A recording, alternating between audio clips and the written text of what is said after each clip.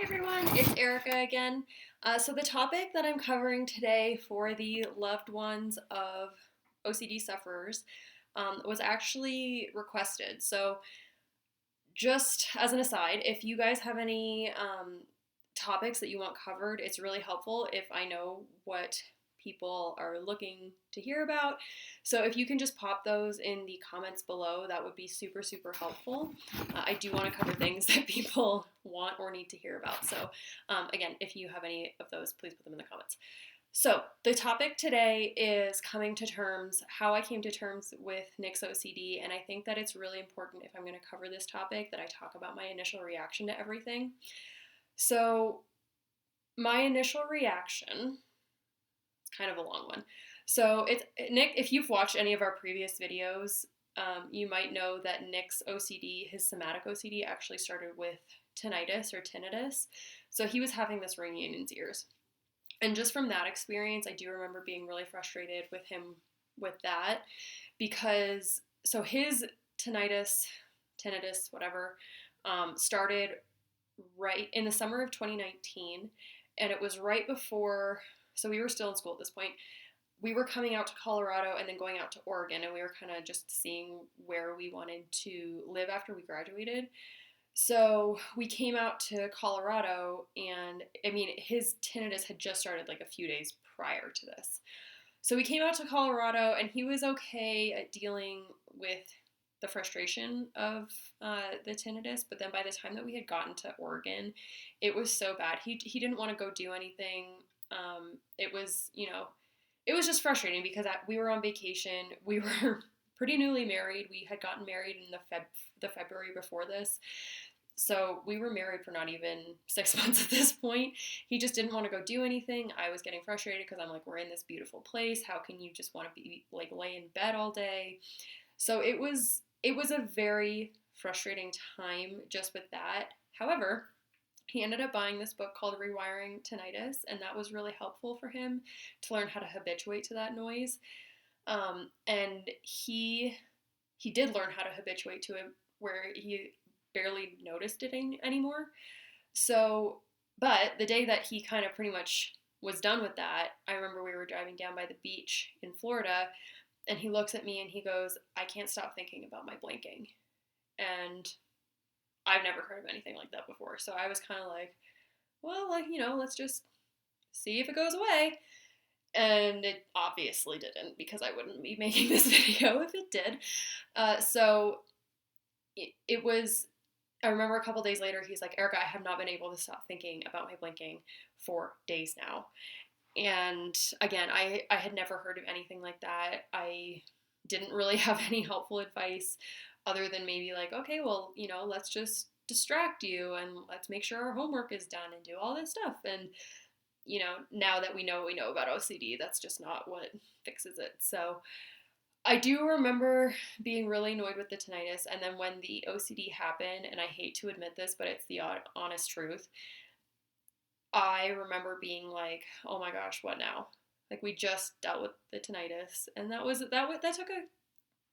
probably, I want to say a couple months for him. I could be completely wrong about that, but I think a couple months for him to kind of learn how to habituate to that.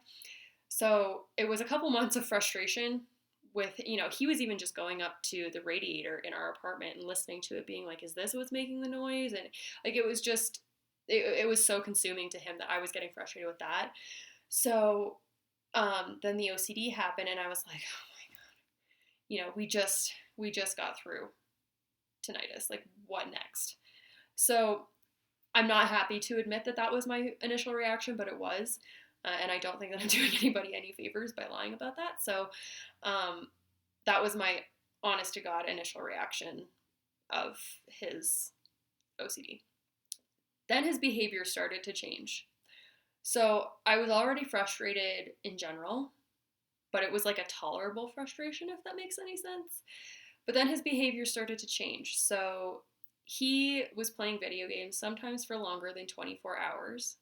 He had played video games in our relationship prior, but it was not like this, and it was not to the point where if we were to go away for the weekend, he would lose it or not be able to tolerate it.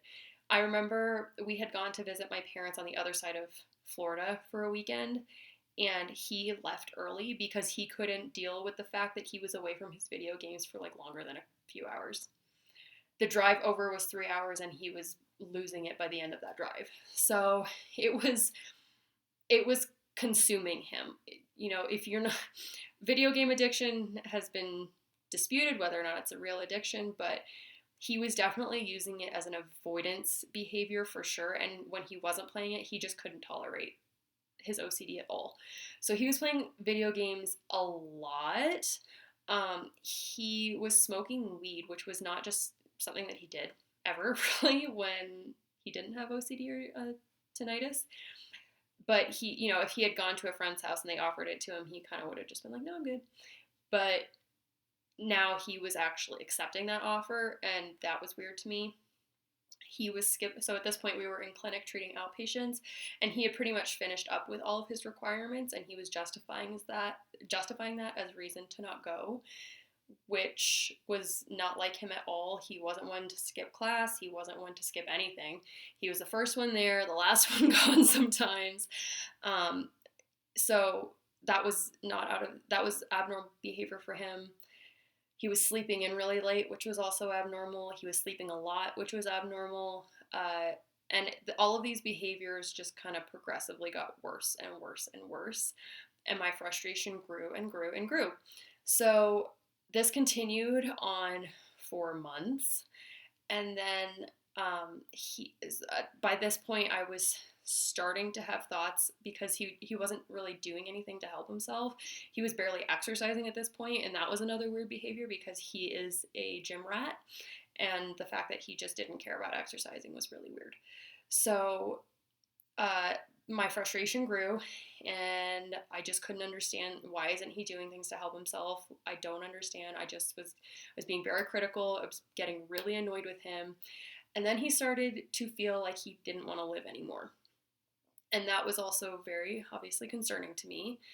And prior to this, I was already thinking about divorce because I was not seeing him at all. He was playing video games so much that I was basically his roommate who never saw him.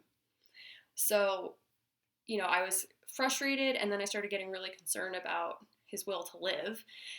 And then I started feeling guilty about that because I was kind of like, I can't leave him or divorce him or even just separate, because if something happens, then I'm never going to be able to live with myself.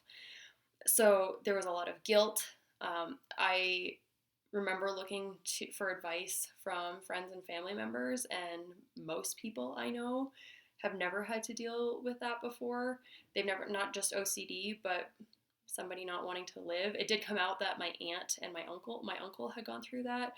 My aunt had been the supporter, but my uncle had been hospitalized a few times when I was a kid, and I didn't know that. I knew that he had MS, but I thought that was why he was hospitalized, and it turns out that it was actually psychological reasons and not the MS. So it was helpful to talk to her a little bit about it, but again, it wasn't underlying OCD that put him in that position. It was other things.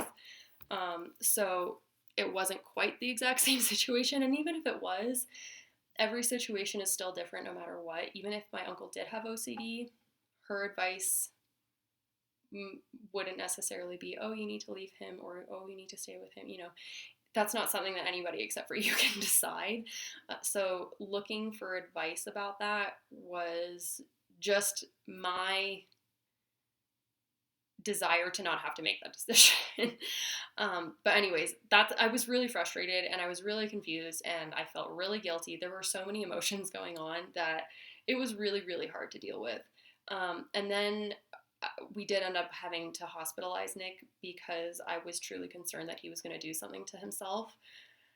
So then more guilt happened with that because Nick was calling me from the hospital. He was in the hospital for 4 days.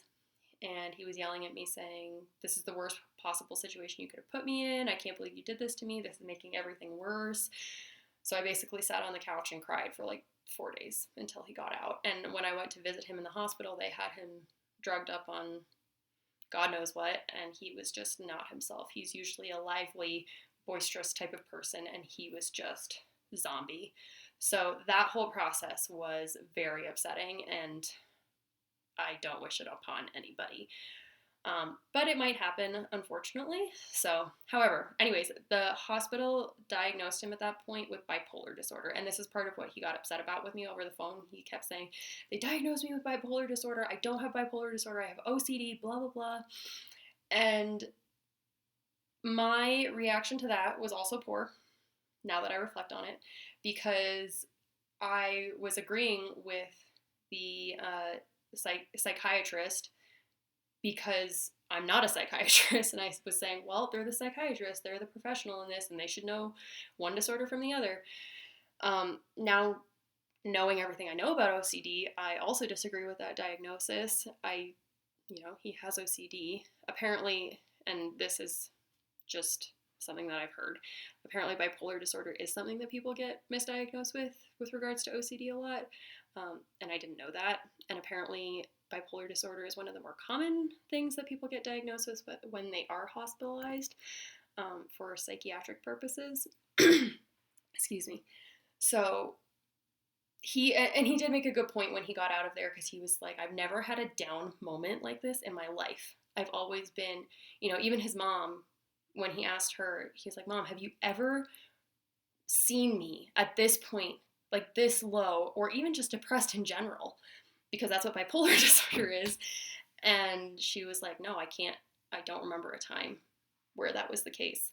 So I do disagree with that disorder, or that diagnosis now, but that was something that he was diagnosed with, and I just took the side of the psychiatrist. And I remember we got in a huge fight about that, because I was just kind of like, well, they should know. Come to find out, OCD is widely misunderstood even by the psychological services. So anyways, there was a lot of arguing going on. There was a lot of feeling ignored. There was a lot of wanting to leave for months. There was a lot of guilt. It was not pretty. Like, I truly am, like, to be completely honest about this, there were hardly days where we didn't go without a fight. Whether it was about him, how much video games he was playing, whether it was how he was coping, how he was running from things. I called it running from things or numbing. The OCD community calls it avoidance behaviors. I guess I was right about that. I just was using the wrong word, but he did a lot of avoidance stuff, and we fought about that a lot. So there was a lot of fighting, and I felt like I was just talking to a wall a lot of the time. I felt like I was, I wanted to hit my head against the wall, be like, why? So my initial reaction, and for several months, my behavior was not helpful. So at some point along the way, I had to be really critical of myself and reflect on myself and say, what am I doing things that are not helpful, that are actually hindering him? So I had to look at my own behavior, put my ego aside, and be really critical about what I was doing. So I had to ask myself, is my behavior helping? Am I being compassionate? The answer to that a lot of the time was no. I was being more critical than I was being compassionate. And was I holding him accountable? Or, again, was I just being critical? So instead of saying, hey, you've played a lot of video games today, and I think that you need to stop, or just saying you need to stop playing video games in general, which I did say, but it was more of like a, what's wrong with you? Why can't you stop playing video games? That was more of the approach, instead of a more supportive approach. It was more of like, why can't you spend time with me and not put the video games aside? It was more of like a selfish intention kind of thing. So yeah, I was being selfish a lot of the time. Asking him, why is he not able to, or asking just in general, why is he not being able to do this? Like, is he just being lazy? So I was being critical of how I was thinking about his recovery. So there were, I had to ask if there were things that I was doing to make the situation worse, or if I was ever doing anything to make the situation more helpful. But I do remember I was walking the dog one day, as I did a lot of the time when I was mad and needed to calm down. So I was walking the dog and I was having this conversation with myself of, am I being helpful or hurting him more? And I remember having this thought, what if I could only have one or two thoughts all day long? The same thoughts all day long. And once I had that thought, I was kind of like, oh my God, like this makes sense now. I understand. Like that would drive me crazy. I understand why he's having such a hard time putting the video games aside and not doing avoidance behaviors and, smoking the jewel and looking to all of these external things to numb himself or fix it. It was kind of just this little light bulb moment, like, oh my God, that would be terrible if I could only have one thought all day long and not be able to like properly focus on something, because that's what was happening to him. So once I had that thought, it helped me be a little bit more compassionate about things with him and be a little bit more empathetic towards his recovery and why this is so hard. So coming to terms with his OCD was not easy, because there was a lot of like how this is affecting me, and that's fair. There's two people here. And it's not to say that I couldn't have those thoughts or feelings, because again, there are two people in this relationship and I need to take care of myself and my own emotional and psychological needs. But he is suffering with a disorder, and even though typically in a relationship you would want it to be more 50-50 or like 60-40 or whatever, sometimes somebody is going to suffer and it's not going to be even like that, or at least more even.